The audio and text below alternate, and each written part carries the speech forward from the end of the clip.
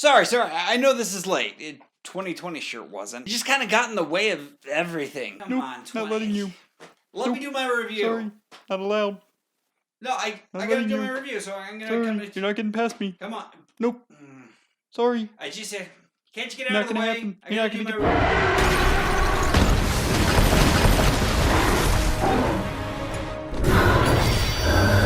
Look out!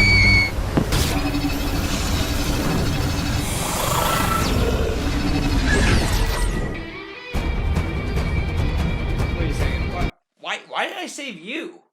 Light her up.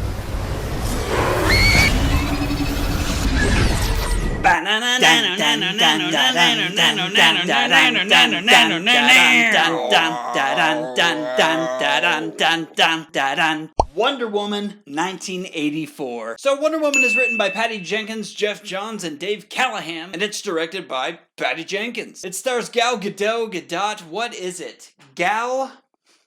Just hit me up. Gal Gadot. How do you say it? Anyways, it stars, however you say it, Kristen Wiig, Chris Pine, and Pedro Pascal. And this video is sponsored by Adobe and Skillshare. If you want to do this stuff for a discounted price, then go down in the description and grab those 2 links. I'm all about sharing the love. And I would certainly hope that you are too, so please don't forget to like, subscribe, and hit that bell on the side, and I will see, nope. We're not done yet. But definitely, do those things. It's helpful. And yes, this movie was in my top 10 most anticipated movies of 2020. If you only knew. Here's the thing with Wonder Woman 1984. I was stoked out of my mind for this thing. Not just because its predecessor was just about the only DCEU film that worked post Batman v Superman, fight me, but also this. This is the big one. Hans Zimmer is back to do the soundtrack. We need more! And did Wonder Woman 1984 live up to people's expectations? Well, that's a loaded question, isn't it? I'd say this is easy.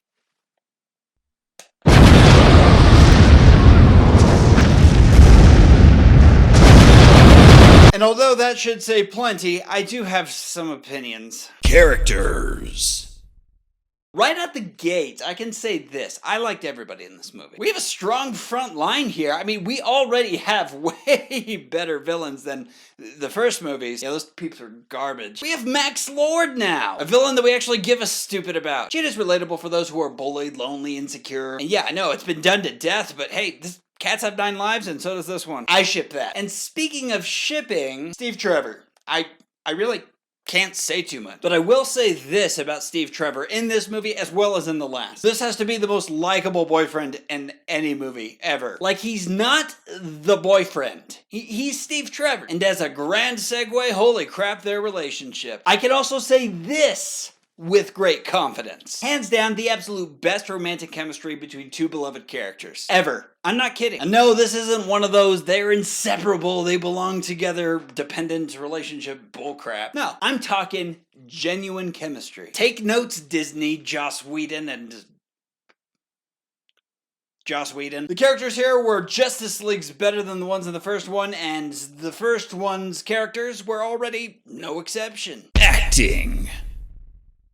I've seen this written already, and I hate to parade, but there's just no other way to say it. Pedro Pascal's performance is scene-chewing. I mean, why in the literal hellfire is his performance in The Mandalorian so awe-inspiring? No. This should be the highlight of his career. Leave the Mandoing to the Fets, geesh. Everyone else in the movie was great too, but if I might make one suggestion, can we get better extras? I mean, I get that these characters, these people in the background are supposed to be, a little sidelined, but that doesn't mean that the performance has to be. Just a little advice from the guy that's directed exactly 0 feature films.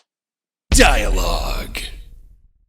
Oh, the dialogue in Act 3 of Wonder Woman, I'll never forget. Then there's the dialogue here. Yeah, I mean, I heard a couple of cringes online and in the audience. Nothing too major, though, and that's because it just isn't that bad here. Most of the cheese fest dialogue didn't come from these 2, so what I'm trying to say is, we're good. Story.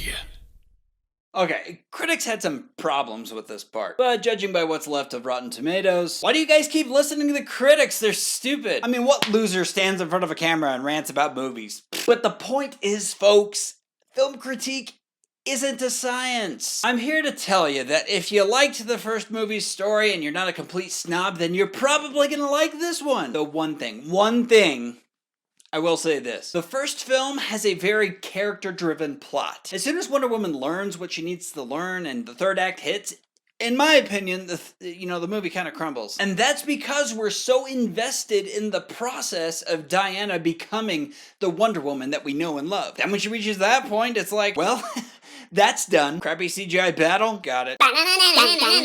Here, Wonder Woman doesn't really change. Don't get me wrong, the movie's goal is to get us to the very end where there is a very valuable message, and I love that. But admittedly, it's unaccompanied by cathexis. What is cathexis? To put it crudely, it's the empathy that we develop with characters as they learn and grow. In here, all of our empathy is residual from the first film. It's not bad, it's just, this movie is more plot-driven than character-driven. If you had a problem with this movie and you couldn't figure out what the problem was, that probably is it. But I just simply don't see it as a problem. I think that it's a thing that will bother some people. But what bothers them more is that they don't know what that problem is. They just kind of walk out of the movie and they're like, well, there you go. Now you have the thing. And the thing should, make you feel a little bit better about this movie. Why do people not like this movie? I mean, I can tell you this. If we had another garbage villain from the first movie, I wouldn't have been so forgiving. Yeah, it's a little brittle, but,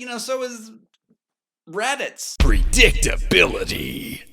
Yeah, there's some good surprises in this. There's particularly one leading into the third act that's frankly amazing. It's both surprising and it ties directly to the best part of the movie. Moral.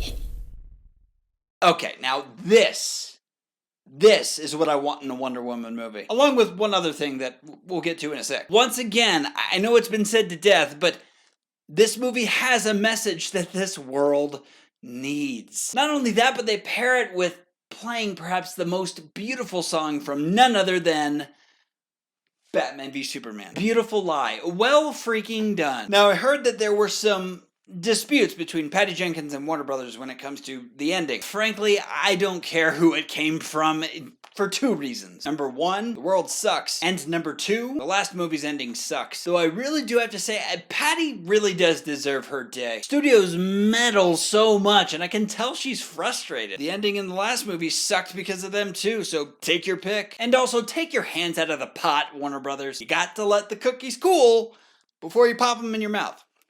And why are you cooking cookies in a pot, you stupid? Extra. Oh, Patty. I love you. Wonder Woman, amazing. This movie, amazing. What I can't quite forgive you for just yet is the action and CGI in this movie.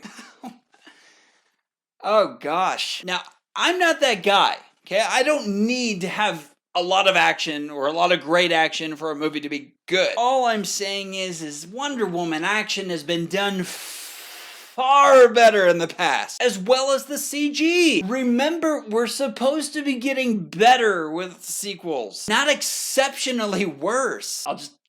I'll just say it. The action and CG in this movie sucks. The way it looks, the way it's shot, the way physics just don't. Unless you're a flat earther, you're gonna hate the action in this movie.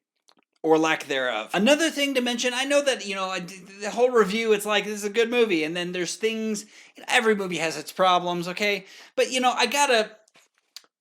where's Hans Zimmer? I mean, where is he in this movie? I mean, the moment that I heard that he was back, I was like, okay, we're gonna get more of it. But it just didn't feel present. It felt even more absent than it was in the first movie, and he didn't even compose the music for that one. I don't know, maybe he was working from home. I'm at least glad we got Beautiful Lie. He's freaking gorgeous. That being said, in the end, and ending, I really liked this movie. Despite its flaws, I love these two. I love the message, and that song, man, gets me every time. Rotten Tomatoes, you'll put it at 60%, well, I put it at 85%. At number 109. Stay fresh, Mentos, not affiliated. So yeah, welcome to 2021, a month later. Consider it a proper welcome to my top 10 most anticipated movies of 2021, coming out soon. We've also got The Hunchback of Notre Dame 2, suggested by Aaron Black as their least favorite movie. Goodness. I like you guys a lot. We've also got Harry Potter and the Chamber of Secrets as well.